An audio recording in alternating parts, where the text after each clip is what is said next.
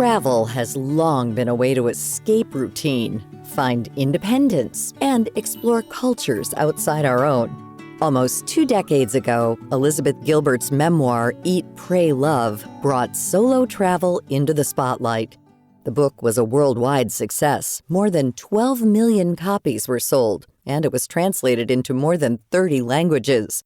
Today, in the age of social media, travel influencers act as modern tour guides, sharing images of themselves in exotic locations across the globe. And now, women from all walks of life are packing their bags and embracing the freedom of solo travel. What has perhaps, I think, been the biggest driver is this visibility. Seeing more and more women online talking about their solo trips and talking about this, the goods and the bads, and bringing more awareness to the fact that it is a travel option and you can absolutely do it. Whereas maybe 10 years before, people would think like, traveling solo, like, is that even a possibility, right? That's Mar Podges, co-founder of the international travel company Solo Female Travelers. According to the nonprofit organization Road Scholar, 85% of solo travelers are women. It's also estimated that women spent around $125 billion on solo travel in 2023. That's according to Condor Ferries. Since 2015, Podges and her business partner have built a Facebook community of more than 400,000 women from 100 countries who exchange tips on solo travel. Her company also offers tour packages where women traveling alone can join groups of other female travelers. Podges herself has gone to more than 70 countries on her own. So, what is it about this kind of travel that she enjoys? You are just far more likely to meet people and make connections when you're by yourself. You are more likely to notice what's happening around you and to make connections, maybe eye contact, or to talk to people because you're not engrossed into conversation with the person next to you, right? So I think that this side effect is also what makes solo travel way more enriching for me. For many people, the idea of taking a solo trip can be intimidating. Gloria Hill usually travels with friends or family from her home in Virginia. A visit to Tanzania was on her bucket list for many years, but she wasn't able to get anyone to commit to the trip. But in September of last year, she decided to take the plunge and embark on her first solo adventure.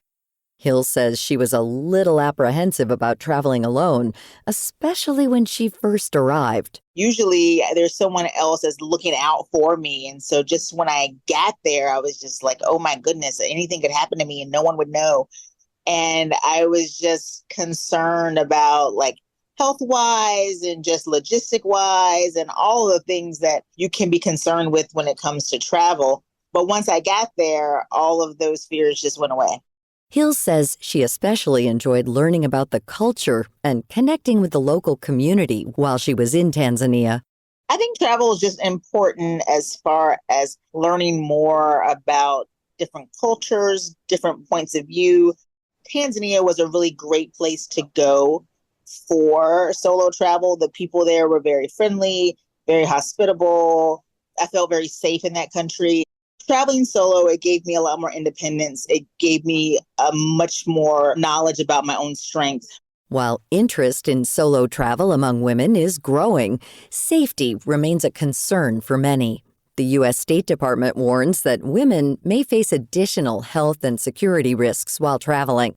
As a result, there are countless online resources and forums offering tips and advice for women in different countries.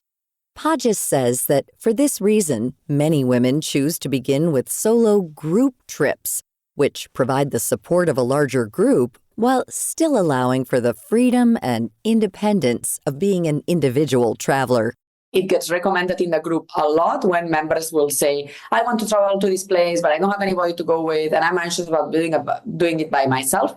A lot of other members will answer, why don't you join a group tour? And I've heard this also from a lot of our guests that on their first tour, they were happier and more at ease and more comfortable joining a group tour where they didn't have to plan the itinerary and where they were already going to be in a set environment that's safer and more comfortable and more convenient and more predictable, rather than having all of the variables up in the air. While some hotels and tour companies are beginning to market to the growing audience of solo travelers, Podges says the majority of the travel industry still primarily targets couples or families.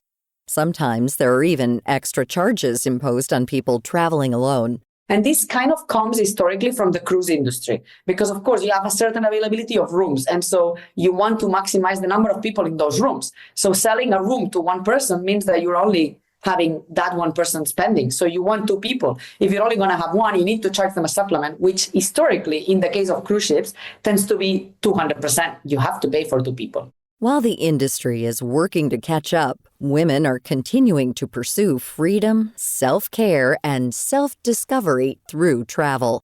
Podges says this is especially true for women over 60 who might not want to wait on their travel dreams. But now suddenly they are empty nesters or widowed or divorced, or there's some traumatic experience that has happened in their life, which could be anything. And they finally have decided that I'm not waiting anymore. I am doing that thing that I've always wanted to do. And that in many occasions tends to be travel. Taking that trip to Italy that my husband always promised he would take me on. Or that trip to Australia that has always been on my bucket list, or this, I've always wanted to see the Northern Lights, or I've always wanted to go on safari. And why do I need to wait on other people to go on safari or for somebody to take me? I can just do it by myself. One advantage to traveling in the digital age is that there is no shortage of options. Whether you're after fast-paced adventures, calm beach retreats, or cultural experiences, there are plenty of resources online to help you choose. For people who are ready to pursue their passion for travel and embark on new adventures but are unsure of where to begin, Podges and Gloria Hill have this advice. Start by keeping some of the variables constant so that you don't just make it all different. You go to a different country with a different language, with a different culture, in a different time zone, everything different. No, keep some of the things constant by maybe taking a short weekend trip to a city in your own country first. See how you feel. See what things are challenging to you. It will be the same culture. It will be the same language, probably the same time zone. And so some of the things are already constant, and you can focus on the things that are not constant, which is maybe eating by yourself, finding your ways around, meeting new people, discovering a new city. So start small by something in your own country.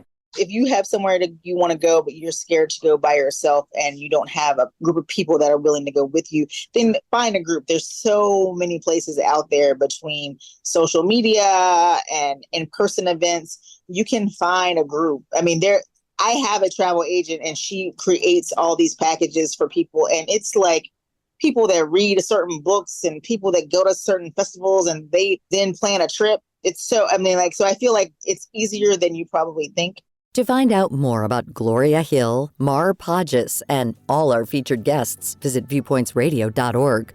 For more behind the scenes, check out Viewpoints Radio on X, Facebook, and Instagram. This segment was written and produced by Erica Linney. Our lead producer is Libby Foster. Our executive producer is Amira Zaveri. Studio production by Jason Dickey. I'm Marty Peterson.